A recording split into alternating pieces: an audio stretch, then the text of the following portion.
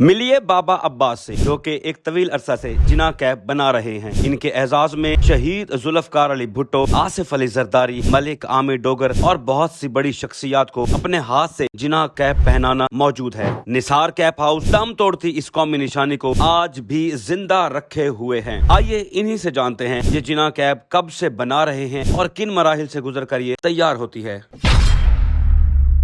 جی السلام علیکم، کیا نام ہے آپ کا؟ میرا نام عباس علی ہے جی۔ اچھا یہ بتائیں آپ یہ کام کب سے کر رہے ہیں؟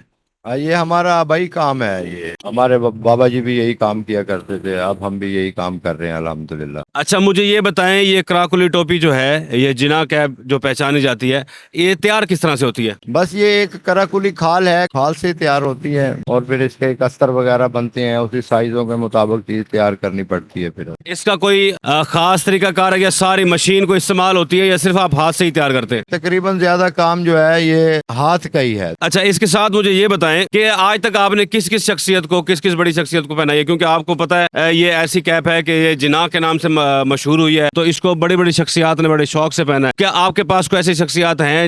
نام بتانا چاہیں گے کن کن کو پہنائی ہے آج تک آپ نے؟ سب سے پہلے تو یہ دکان ہے نثار کیپ ہاؤس کے نام کی۔ نثار صاحب میرے والد صاحب ہیں، تو مرحوم اللہ پاک ان کو جنت میں اعلیٰ مقام عطا فرمائے۔ انہوں نے یہ جناح کیپ چوک گھنٹہ گھر، ہم اس وقت ننگر جوان لڑکے تھے، تو ہم نے دیکھا کہ ہمارا بابا جو ہے نا جناح کیپ لے کے جا رہے ہیں اسے پہنوانے کے لیے، ہم بھی ساتھ گئے ہیں۔ تو چوک گھنٹہ گھر پر ذوالفقار علی بھٹو صاحب کے ٹرک میں، تو بابا جی اوپر چڑھے ہیں، تو ٹرک پر انہوں نے جناح کیپ پہنوائی ہے، تو بڑے پیارے لگ رہے تھے وہ ایک بہت اچھے لیڈر تھے، بڑے مقام اور کیلیبر والے لیڈر تھے ہمارے پاکستان کے، خیر خواہ تھے، کیونکہ ہر چیز کا ایک نمبر ہوتا ہے، وہ اس نمبر کے مطابق پورے تھے۔ اب سیاستدان بھی کوئی ایسا آئے جو اس جناح کیپ کے اللہ پاک عائل کرے، کیونکہ یہ نشانی جو ہے یہ ہمیں قائد اعظم محمد علی جناح کی طرف سے ملی ہے۔ یہ اس وقت جو ہمیں نظر آ رہے ہیں عارف علوی صاحب ہیں، ہم چاہتے ہیں ہم ان کو پہنوائیں، اور آگے بھی جو بھی آئے وہ اس اہل ہو، اللہ پاک اسے کامیابیاں عطا فرمائے اور ہمارے ملک کی خیر خیریت رکھے ہمارے۔ تو اس کا جو ایک عروج تھا وہ عروج کس وجہ سے تھا اور اس کا زوال کیوں آیا؟ عروج جو ہے اس مقام کے لوگ اس وقت تھے،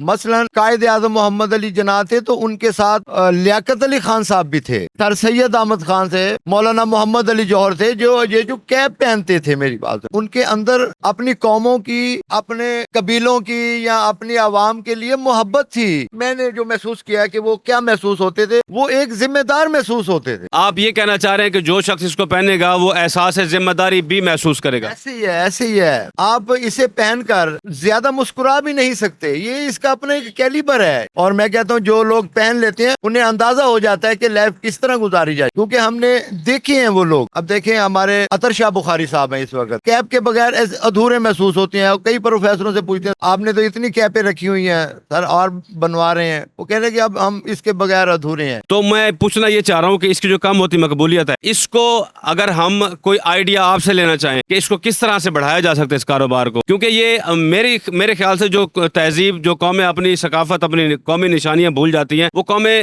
زندہ نہیں رہتی، تو ہم اپنی قومی نشانی کو زندہ رکھنے کے لیے کس طرح سے زندہ رکھ سکتے ہیں؟ تہذیب و رہن سہن جو ایک سلسلہ ہوتا ہے، معتبر بنانا ہے ہم نے، تو معتبر کے لیے تو ہمیں معتبر کام کرنے پڑیں گے۔ جو ہماری نئی جنریشن ہے یہ چیزوں کو ہم نے بھلوا دیا ہے نا، ان کو کم از کم اساتذہ کرام کے لیے تو لاگو ہونی چاہیے۔ پہلے یہ مفتی ڈریس تھی، جب ٹریننگ ہوتی تھی پولیس میں انہیں جناح کیپ پہنوائی جاتی، جب رنگ روٹ وغیرہ بھرتی ہوا کرتے تھے، انہیں بتایا جاتا تھا کہ یہ بانی پاکستان کی نشانیاں، آپ نے انسانوں کی طرح چلنا ہے، اس کی خدمت کرنی ہے، یا اپنی قوموں کے ساتھ ایک اچھے بیہیویئر کے ساتھ آپ نے انہیں لے کے اپنی قوموں کو جانا ہے۔ اب بھی یہ پاسنگ آؤٹ پہ رکھ سکتے ہیں۔ علماء کرام کے لیے بھی تعلیمی ادارے ہیں جو ہمارے اساتذہ کرام ہیں، ان کے لیے، وکلاء کے لیے، وکلاء ہمارا ایک مضبوط ادارہ ہے ہمارا، تو ان کے لیے تو یہ چیزیں ضروری ہیں۔